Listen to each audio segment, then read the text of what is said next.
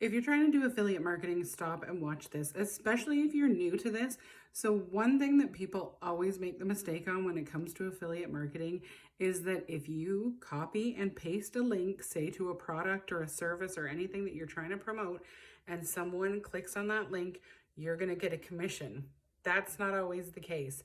So you'll see a lot of people advertise an easy side hustle, which is creating an account on Pinterest and then getting affiliate links, whether you get it through ClickBank, whether you get it through Amazon, whether you get it anywhere, you just grab it off of whatever website they tell you can do it. Lululemon, I don't care. They're going to tell you you can become an affiliate for anything.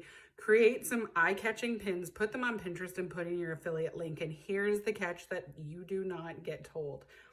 The links sometimes and most often have an expiry time. Certain links are only good for 24 hours. If somebody clicks on it, you will get a commission if they click on it and buy within that 24 hours. Some of them it's 30 days, some of them it's 6 months, some of them it's a lifetime. But if you're not aware of that, you can be putting in all kinds of time and all kinds of work creating pins or creating accounts where you're advertising these products, you're promoting the products. And the thing is the company is still going to benefit because they're still getting the promotions. You're still promoting their product. You're still doing all the marketing and advertising for them. But if you're not careful, the link expires, or if someone clicks on the link and doesn't purchase and decides to go back and buy later, sometimes that will not classify you for a commission either.